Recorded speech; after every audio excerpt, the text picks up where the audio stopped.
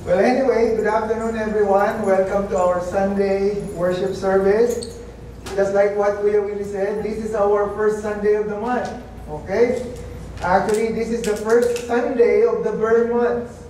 September, October, November, December, right? So last quarter of the year. Right? Wow, it's so fast, right? So I hope everybody is doing okay and excited with our new team. Remember, new month, always new team. And the theme for this month is about, okay, I hope it works. Help me out.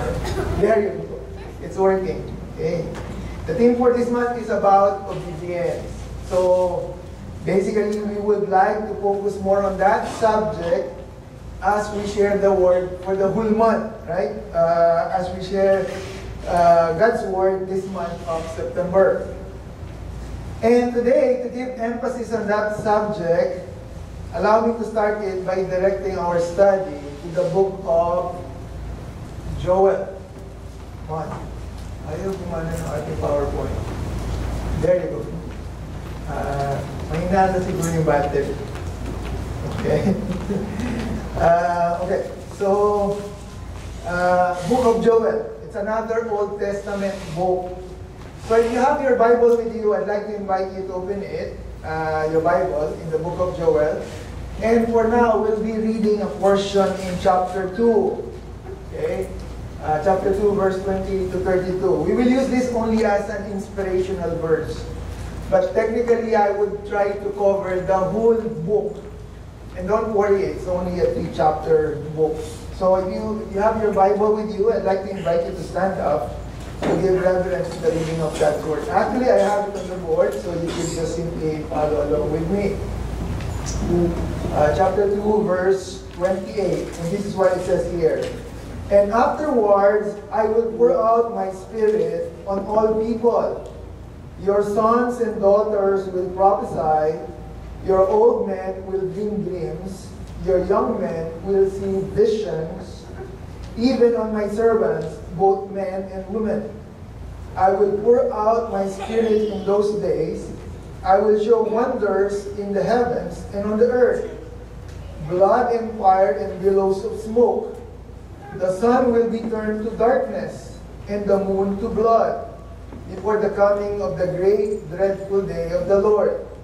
And everyone who calls on the name of the Lord will be saved. For on the Mount Zion and in Jerusalem there will be deliverance, as the Lord has said, even among the survivors whom the Lord calls. Amen. So let's remain standing and let's offer this time first in a word of prayer. Our Heavenly Father God, Lord, once again, we are so thankful and grateful, Lord God, for you gathering us all together here as one body, as a family of believers, Lord God, praising you and worshiping you, Lord. Lord, right now we would like to receive your message for us today. And I pray, Lord God, personally, that you and you alone be magnified in our midst, Lord God. Cover me, Lord God, in the back of your cross and use me only, Lord God, as your mouthpiece, as your footstool. Be the deliverer of your word, Lord God. Be the preacher. And we entrust everything to you, Lord. In Jesus' name. Amen. Now, you may be seated. Okay, again, the title of our message, Avoiding the Curse of Disobedience. Lesson from the book of Joel. Okay, so we will try to find out some means on how we could avoid this curse, okay, regarding disobedience. And the goal is for us, number one, to understand the whole context of the book. Okay, that's my goal, that's my prayer, that by the time that we leave this place, all of us will be familiarized with the book of Joel. Who among you are familiar with the book of Joel? Have you read the book of Joel already? I hope some of you have already. Okay? And we will try to learn some important facts about it, reflect some lesson which we could apply in today's theme. And that is the theme of obedience. And we'll do this by looking first at some important background about the book. And we'll try to learn something about the author, the book, the day and time it was written, and also understand the meaning and the purpose why it was written. Bakit nga ba sinulat itong Book of Joel? Why is it written? We will try to pick up some of the lessons that this book would like to convey. Ano ba yung gustong ipahayag ng book na ito? What is this book trying to tell us? And like what I've said, hoping by the end of the message, we will be acquainted and familiarized with the book of Joel. Okay? So let's start. Let's talk about the author. Okay, the book of Joel, as mentioned, was written by the prophet Joel himself. Okay, I don't know if you are acquainted with Joel, but before we discuss it already, what does it mean to be a prophet? Okay, so Joel is a prophet. Basically, they are ordinary men. Okay, I want you to look at this. There. Okay, so these are 12, 12 prophets. And they represent the 12 minor prophets of the Old Testament. Okay? And one of them, the one that I encircle or in yellow or in rectangle, that was Prophet Joel. Let me repeat it again. You know, minor prophet, not because they are less important compared to the major prophets in the Bible, but the only reason that they are called minor is because of the fact that their writings are short compared to the major prophets. Okay, so in the Bible, there are major and minor prophets. The reason why they're called minor, kasi yung mga sinulat nila, konti lang. Their writings are just small compared to the major, but they are significantly the same. So Prophet Joel, the second one, okay, Prophet Joel. There are only few things that we could learn in the Bible about Prophet Joel. In fact, the only thing that the Bible said about Prophet Joel is the name of his father. And the name of his father is Pethuel. That's it. Yun lang. There's nothing more that you could find on the background of Prophet Joel. Besides, of course, that he is a prophet, right? It was not also clear, or it was not mentioned, the dates of his writing, kung kailan ba sinulat yung Book of Joel. There was no explicit indication of his writing regarding the time or period. And in fact, if you read some studies, there are two schools of thoughts kung kailan siya sinulat. There are two speculation. Some speculation said that he was called by God during the divided kingdom. Come on. There. And some also speculation thought that it was written prior to the return stage. Remember, this is the biblical timeline, right, of the Old Testament. So during the divided kingdom, or what they call the pre-exilic, or before the exile. Remember that the nation of Israel were captured by the Babylonians and they were put into exile, right? So before that took place, the prophet Joel write this book. That was the thought of some studies. The reason for that is because in the book of Joel, if you're going to read those 3 chapters, you will not see any mentioning of kings. Walang na-mention na pangalan or name of a king. And because of that, they suggested that the time that this letter was written was during the time of Queen Athaliah. Okay, the only ruling queen of Judah. Okay, southern kingdom. Remember the once divided kingdom of Israel was divided into two: the southern and the northern, Judah and the other one. Prophet Joel made his writing during the time of Queen Athaliah. And there are also some that think that this writing was during the post-exilic stage. Okay? Meaning after the exile, around 350 BC. Because some of the term used in this writing points to some events that have already taken place. So, ganun yung mindset nung mga nagsasabi na this was written after the exile because of the fact that some event already take place. Though the exact year is impossible to give. Okay? It is really unclear as to when the exact date, but still that doesn't negate the purpose of this writing. It does not change the purpose and intention of why this book is written.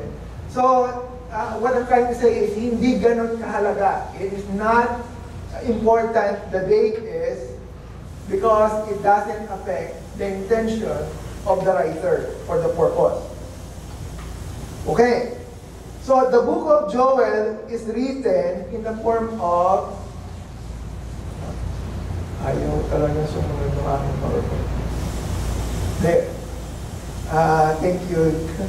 Yan na. Siguro paki-click na lang when I said it. Okay. So, once again, I always show this because I want us to understand where does this book sit based from its classification. So, the book of Joel is considered as a prophetic book. When we say prophetic book, it is a book that talks about what things to come. Yung mga hula or yung mga prophecy, right? All the yellow ones are prophetic book, okay? And all the green ones are poetry. All the red ones are history, and so on and so forth. The blue ones are all epistle or letter. So the writing of Prophet Joel is one of the prophetic book, though his writing is also in a form of poetry. Okay, so it's a combination. So when you read it, you will see, oh, this is how it was written. Ganun yung format niya. And what about the purpose? You know, during the time before the Israelites were about to be sent to the promised land, remember, the Israelites, after they left Egypt, they were promised by the Lord to enter the promised land. But before they entered the promised land, Moses taught them this principle, that if they obey God, you know, being careful to do His commandments, God would prosper them. And if they, and this is not only for the people themselves, but also for the animals in the land. Meaning to say, if the Israelites will follow the Lord, they will be, sa English na masagana? What? Prosperous. Yeah, they will become prosperous if they follow. And at the same time, if they disobey God, it would result in numerous judgment. And one of which would be the destruction of their crops by swarm locusts or crickets.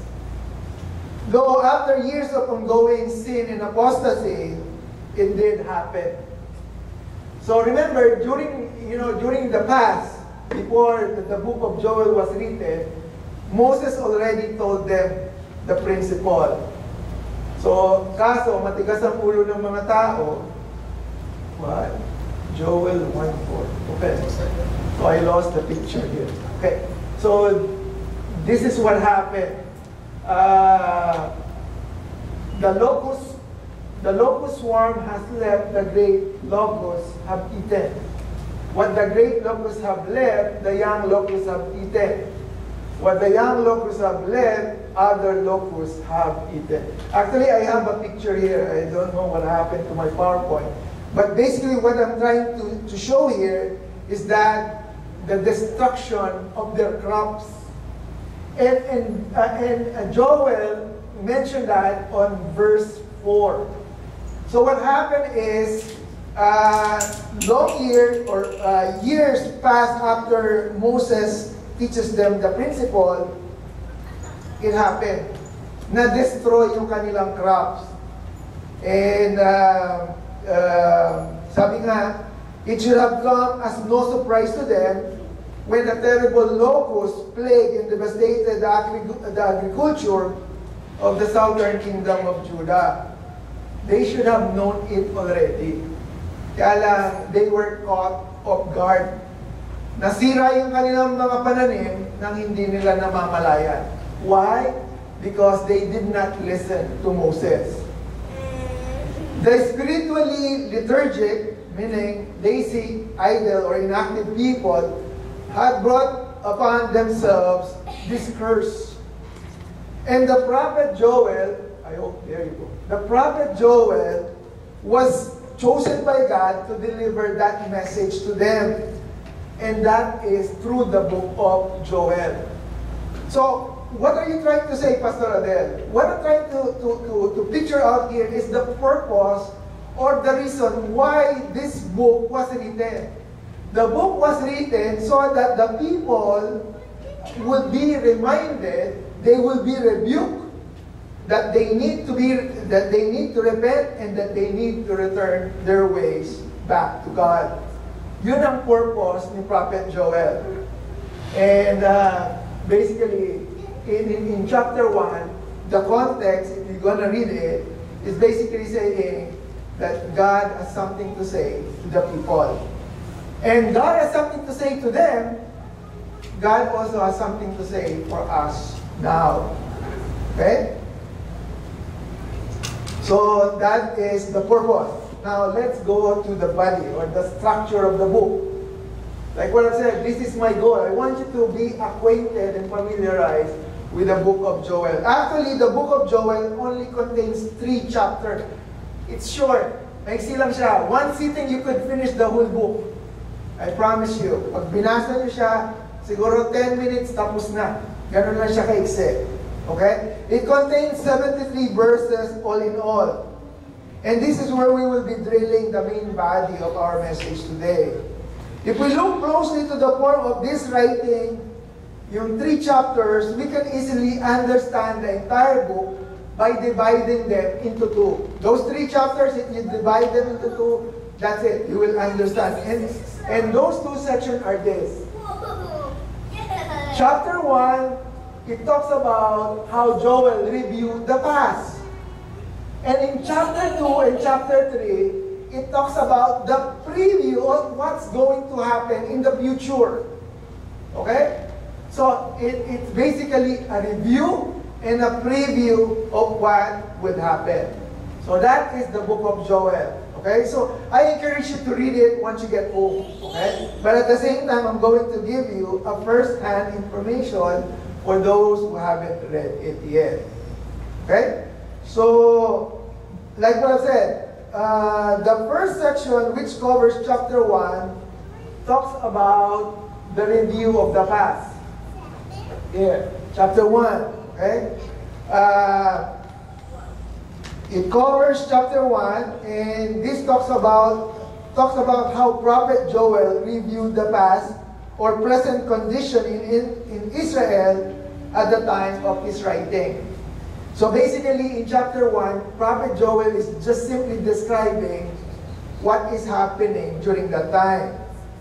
Let's look at some of the highlights as Prophet Joel reviews some of the past, present condition as he accounted here in chapter 1. Okay? So basically, we're not going to read everything. We're just simply enumerating some of the things that is happening. I hope you could read it.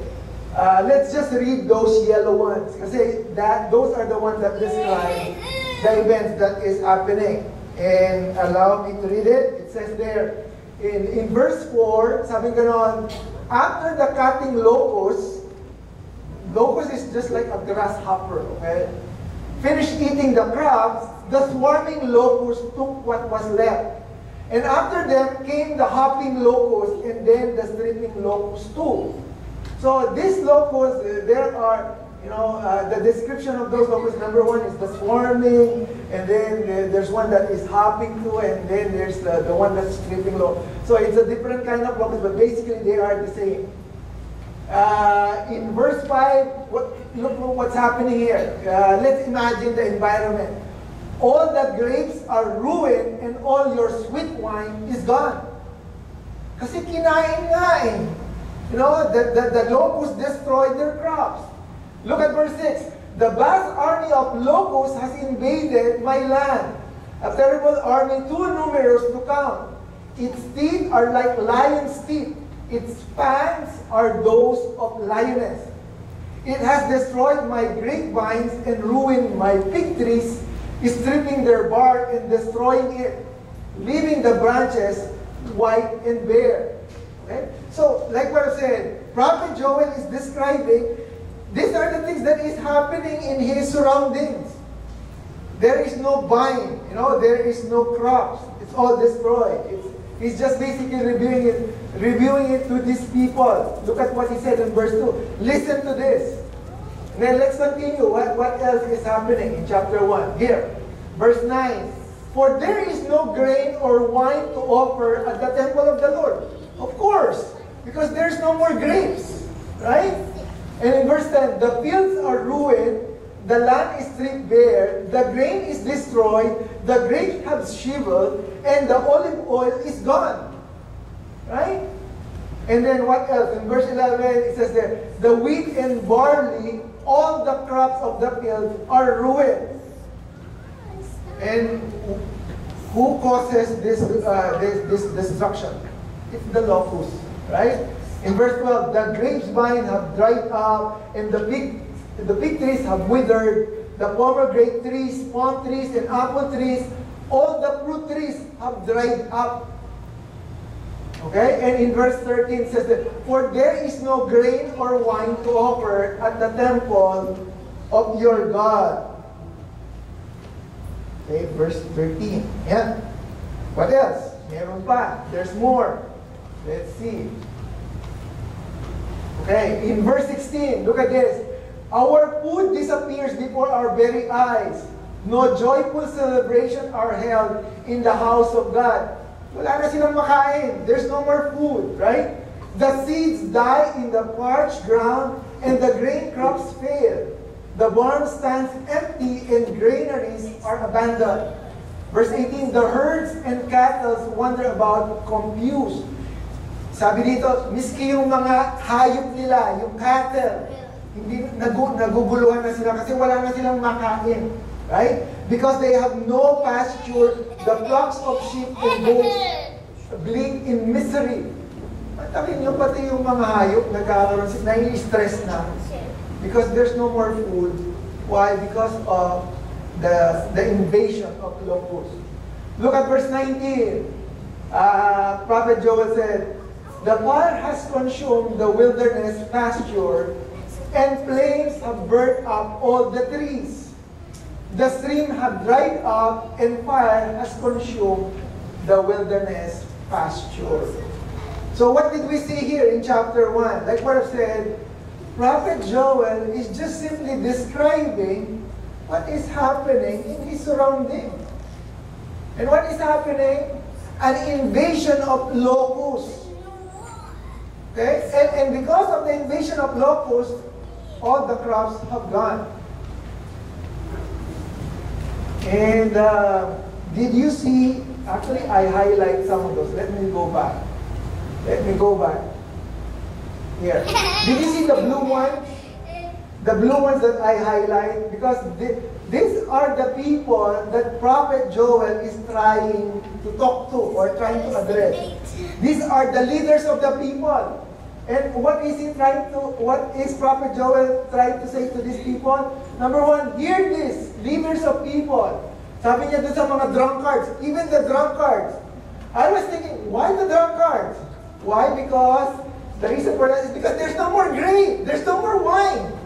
So he's even calling those drunkards, o kayong mga lasinggero, wala na kayong maiinom. Because why? Because the grapes are all gone. Right? Wala na kayong wine.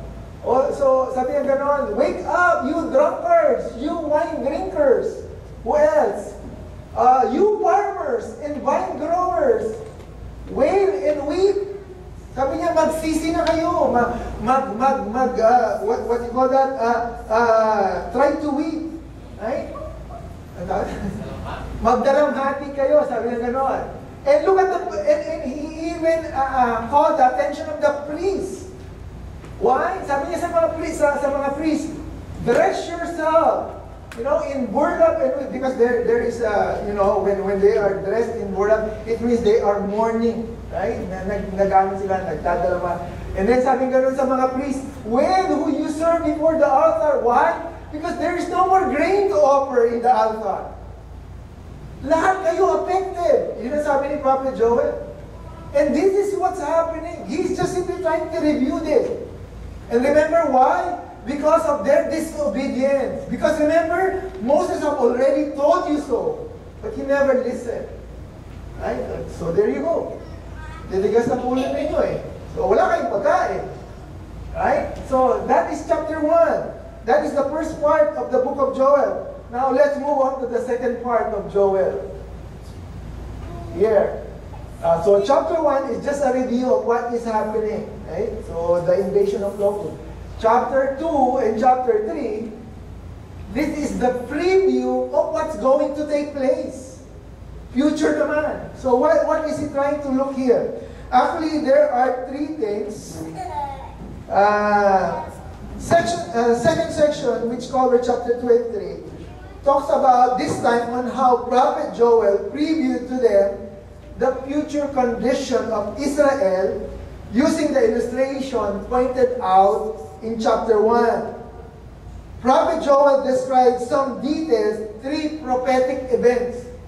Tatlong bagay na mangyayari in the future. 3 things that will happen in the future that would occur in the land. And these are future events. Number 1, the day of Pentecost.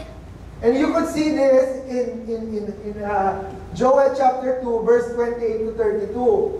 This is what Prophet Joel is saying. Time will come, this would happen. And sabi doon sa verse 28, then after all those things, after things that will happen, this is what the Lord is going to do. I will pour out my spirit upon all people. Your sons and daughters will prophesy. Your old men will dream dreams, and your young men will see vision.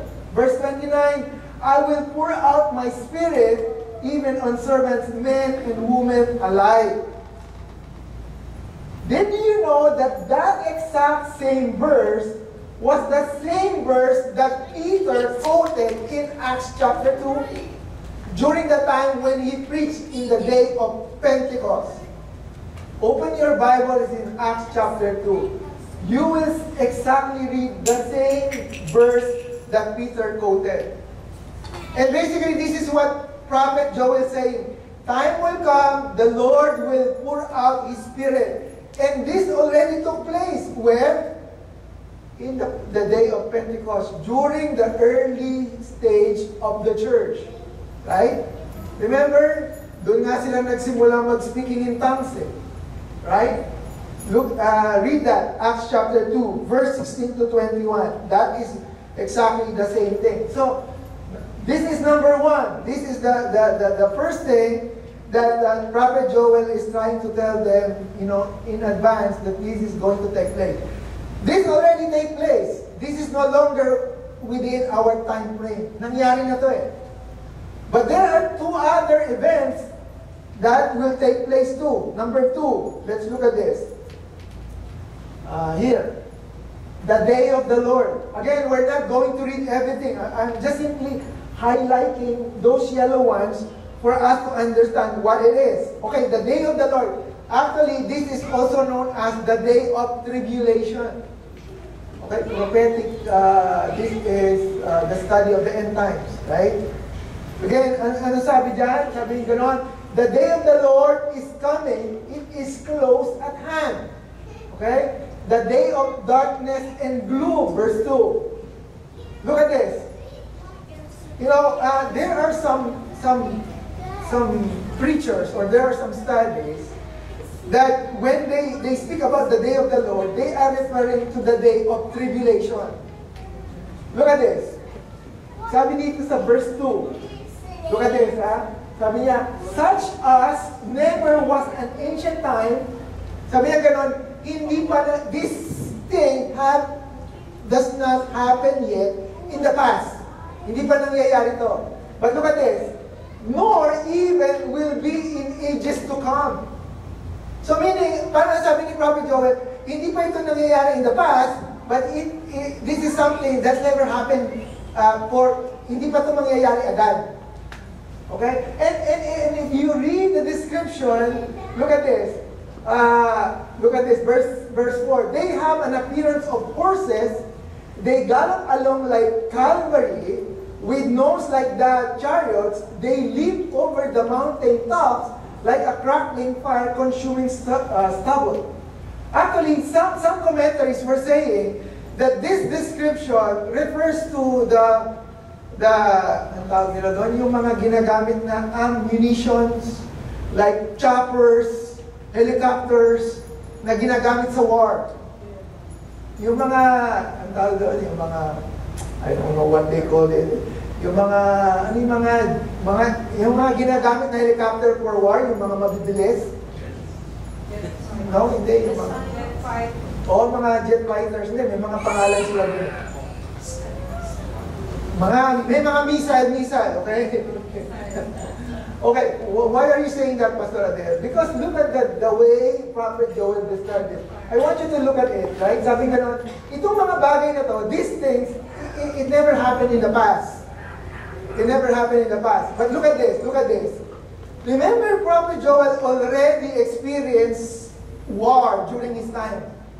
He had seen chariots already. He had seen horses.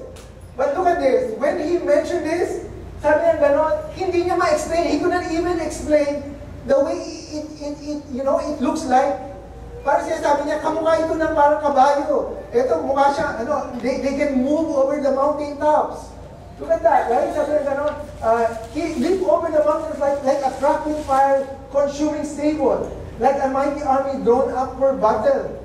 So basically, he's referring to some sort of like a war ships that can ruin. So again, these are prophetic things. And if you are a Christian and if you believe in the Bible, you understand that there will come a time that there will be tribulation. And during the tribulation time, the day of the Lord, there would be war, there would be famine, there would be destruction, mass destruction. And this is how Prophet Joel described it. Look at this in verse 10. Before them, earth shakes and heavens tremble. The sun and moon are darkened, and the stars no longer shine. The loud thunders of the head of the armies, his forces and beyond numbers. And the mighty is the army that obey his command. So this is basically something that will occur, not yet, but it will occur in the future. And this is what they call the day of the Lord. And some people say that this is the tribulation. Yung before the time that the Lord will come back and reign with His people. That will happen.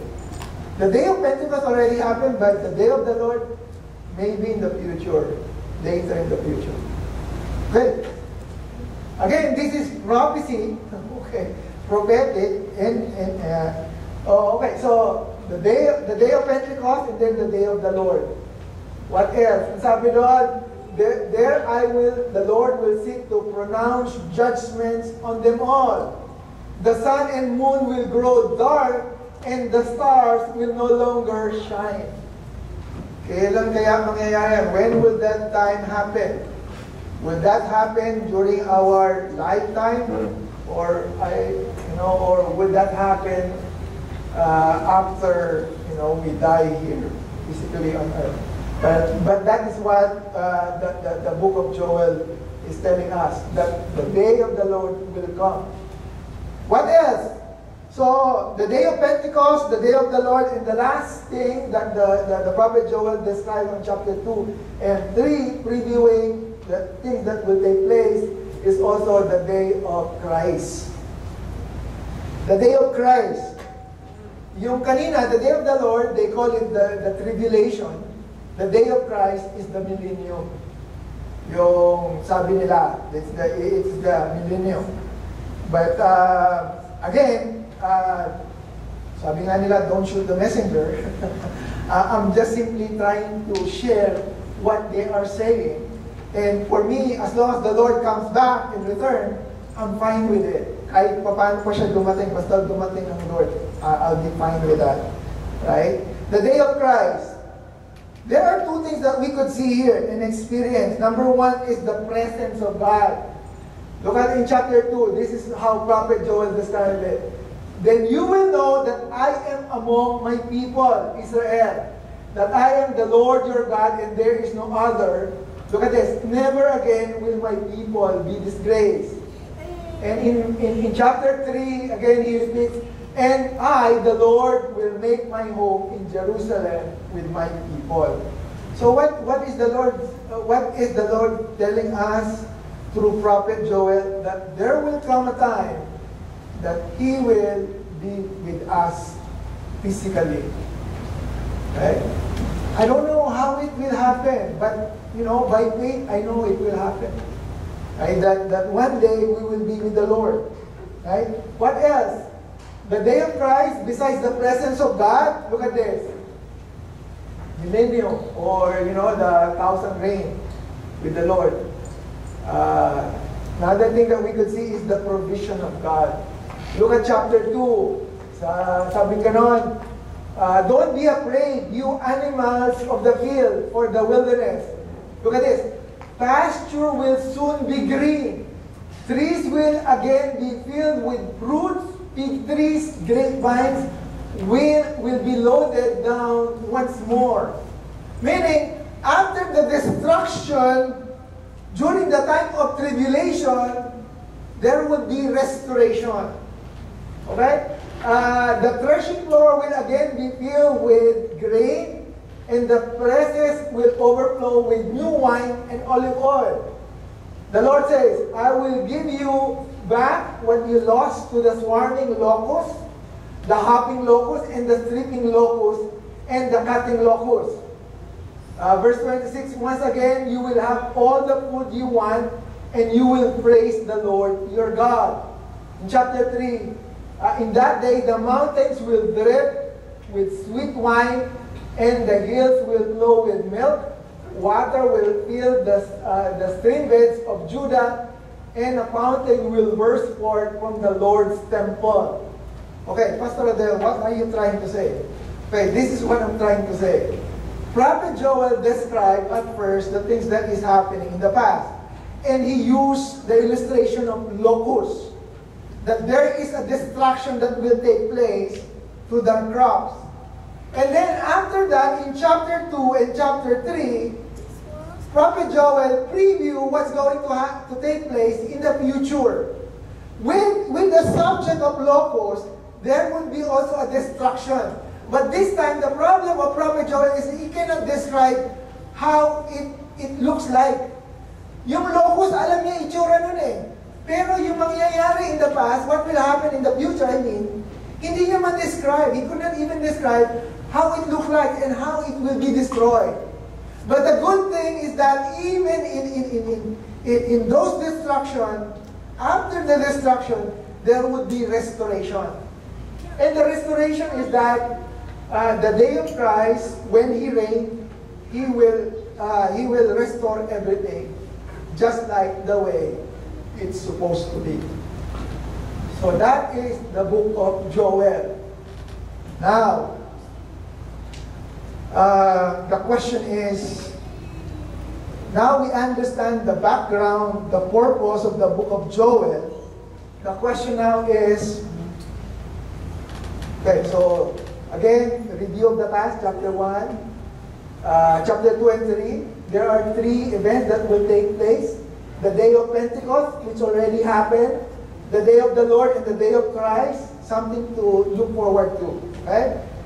So those are the context of the book of Joel. Now, like what I said, what now? Okay, so what is the correlation to our main theme for today about obedience? How is it connected to the subject of obedience?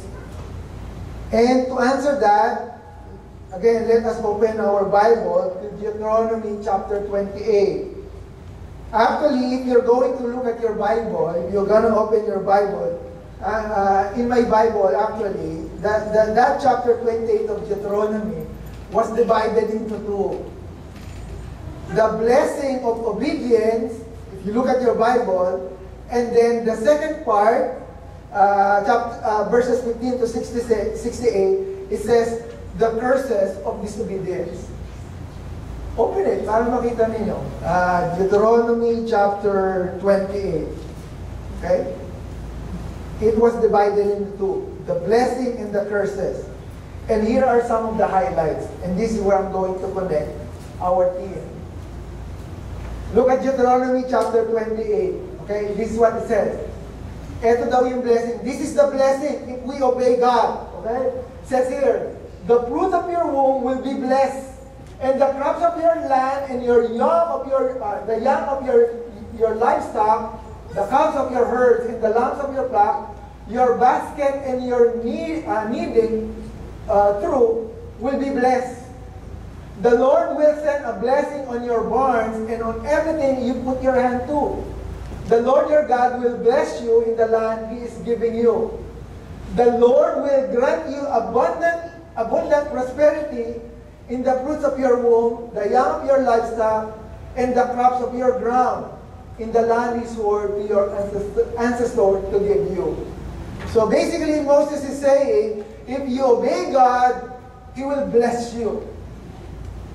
That's just basically the main thing. You know, pagka sumunod ka sa Lord, you will have bountiful crops. That's what Moses is telling them. But look at this. The second part, the curse. Here, verse 38. You will sow much seed in the field, but look at this. But you will harvest little. Why?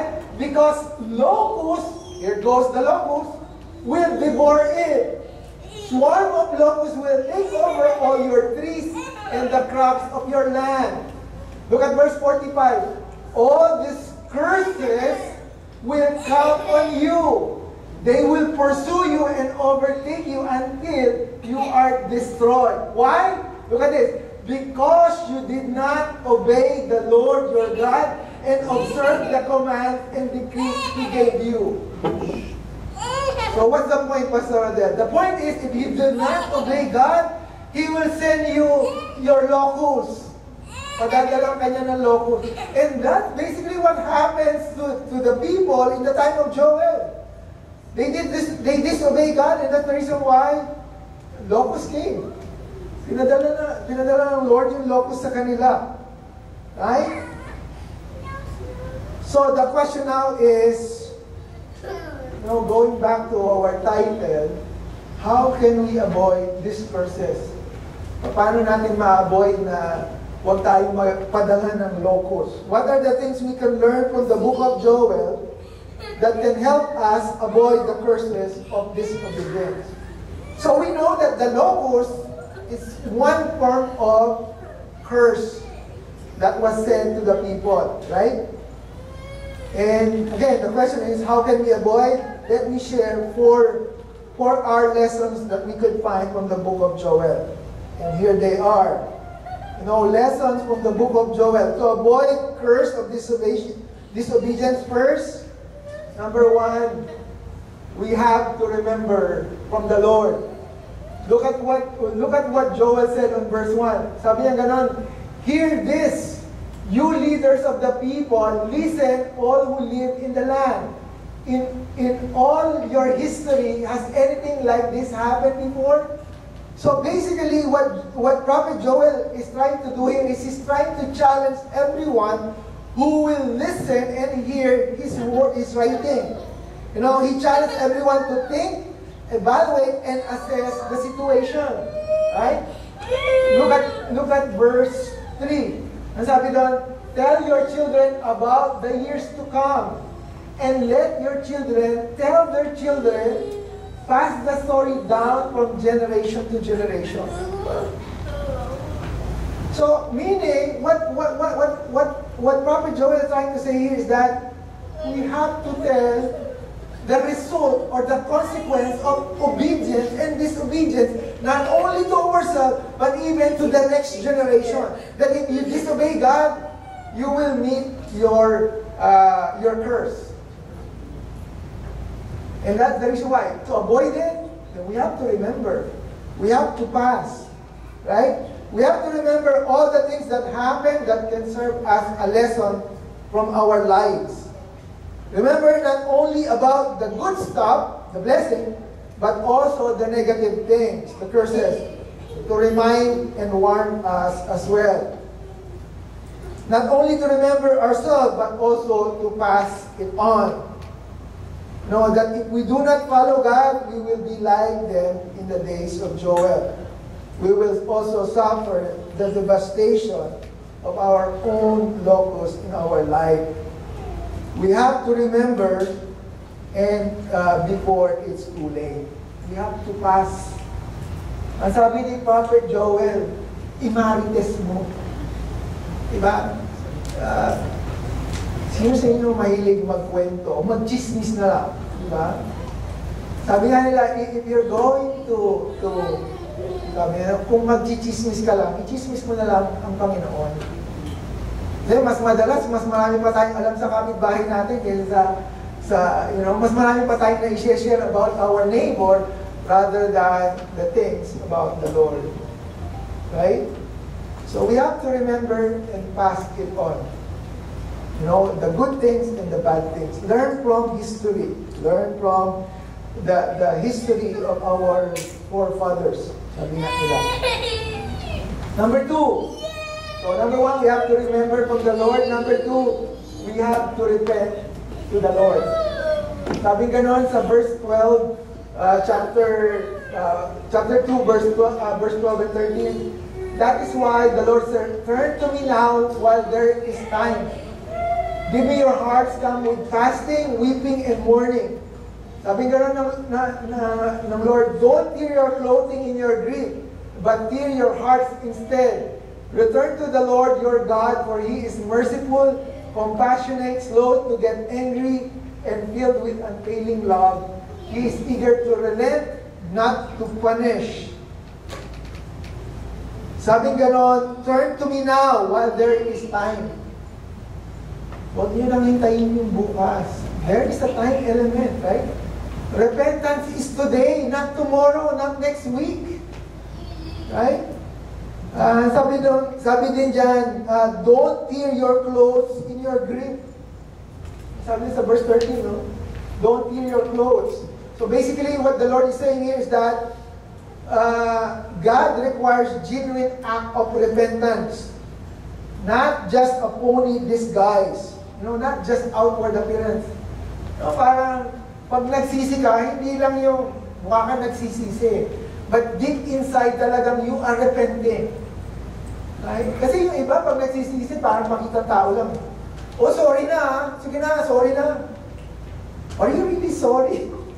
Diba? Parang, if you are really repenting, it should come at the bottom of your heart.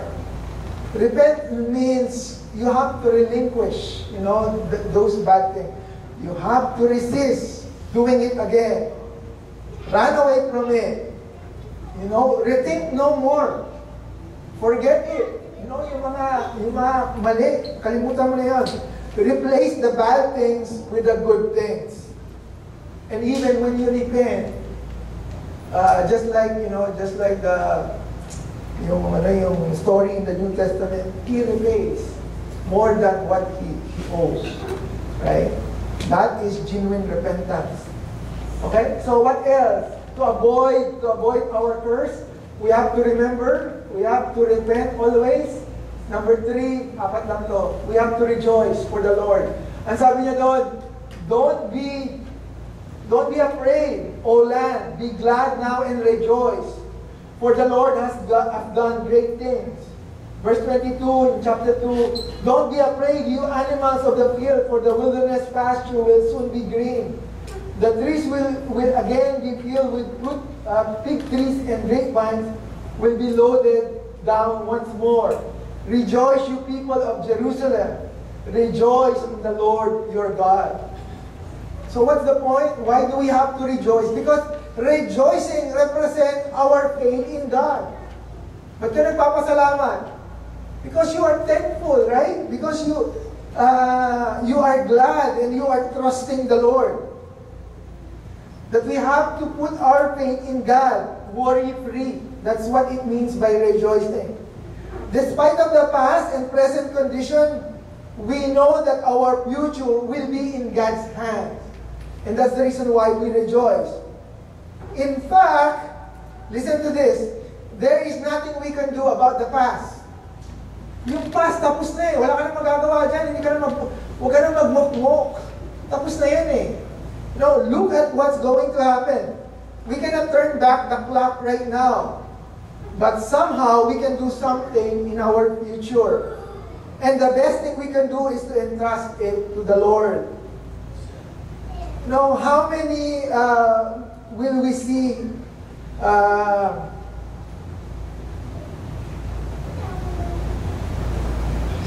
sabi ganon, saan na ba yun? Here. How many will, okay, how many words, how many will words? How many will? See, that word will?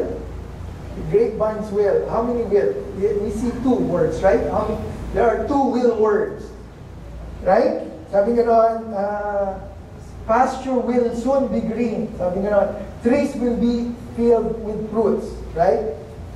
So what's the point, Pastor Adel? Why do I have to see that? Well, it means that, listen, even though it's not yet happening, you already rejoice. Because it will happen. That's the point. Kasi minsan tayo, ang tendency natin as people, we only rejoice after it happened. But we have to rejoice even though it's not yet happening. You know, in the Bible, there are things that we could be sure of. Maraming sinulat sa Bible. There are so many things written in the Bible that is 100% sure. But of course, there are also some things that has been written as principles only. Oh, bakit hindi nangyari, no?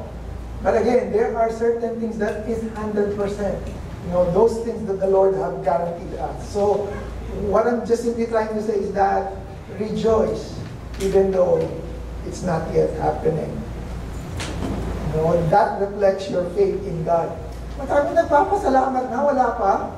Parang, oh, thank you, Brother Darwin, sa regalo mo. Pero wala pa eh. Diba? Pero nagpasalamat ka na. Diba? Parang, it's the same concept with God, right? You thank the Lord even though, you know, the promise is not yet taking place. And this is the point. This is a prophetic thing. Lastly, okay, I would to avoid curse of disobedience, what is number one? We have to remember. Number two, we have to repent. Number three, we have to rejoice. And lastly, we have to remain with the Lord. Sabi ganon, the Lord will be a refuge for His people, a strong fortress for the people of Israel. And on the last verse, verse 20, but Judah will be filled with people forever, and Jerusalem will what? Will endure through all generations. So if you remain in the Lord, then you will not be cursed. Right? You will be blessed. You know, there is a saying, it's not about who finish first, but rather who remain in the race. Right? Kasi marami sa atin, nagmamadali eh. Ayaw na mag-remain sa Panginoon. Gusto na yata mauna. Who wants to be first here? Mauna na. Sige, mauna na sa heaven. Ayaw, wala naman. Let's just remain. Diba? While we're still here on earth, let's remain with the Lord. Okay, let me go now to my conclusion. Napahaba na yata ako. Yeah, conclusion. You know, visions of the future, such as this kind, we find in the book of Joel, you know, can often seems to be a remote from our day-to-day existence. Minsan hindi natin pinapansin. And we were going to be honest with ourselves, You know, those things that is stated about the future, oh, forget it, matagal pa yan, you know. Matagal pa yan, hindi pa mangyayari yan. Sometimes we have that tendency. But the thing is, these are written in the Bible so that there's a reason for this, right? And regardless of how we see it, we cannot deny the fact that if we obey the Lord, there is blessing, and if we don't, there will be a curse. Now, the book of Joel does not intend to scare us of what might take place in the future, but rather to give us hope and encouragement that those who cause and remain in the Lord will be saved. Ganun sabi niya eh. I would like to think that many among us have once or many times have called upon the Lord. Sino sa inyo tumawag na sa Panginoon? I would assume all of us, right? We have already called the Lord once or many times in our life, and that is true. But the underlying question here is, do most of us remain in obedience with God? Tumatawag lang tayo, pero ang question is, do we remain? I hope we remain. Ang sabi doon, those who call upon the Lord will be saved. Right? So, the big word for today is obedience. If we obey with God, there will be no curse. But if we don't obey, if we disobey, we will have our own locus in life. Let's pray. Our Heavenly Father God, Lord, we thank you for this writing of Prophet Joel. Panginoon, salamat po sa pagkakataon nito that you have given us understanding of what this book is all about, Lord God. It is about the things that happened in the past and things that will happen in the future. That is not meant to scare us, but rather to give us hope and encouragement. Lord, help us to be reminded of all these things, Lord God, and that we will not disregard this, Lord God, but rather that we will look forward, Lord God, to that great reunion we will have with you. Lord, thank you because you have promised in your word that if we will obey you, Lord God, we will have your protection. Lord, I personally pray that you will protect and bless my sisters and my brother here, Lord God, and help them, Lord God, to obey your words. And Lord, protect them from the works of the enemy. Thank you, Lord God, and we entrust everything to you. In Jesus' name, amen.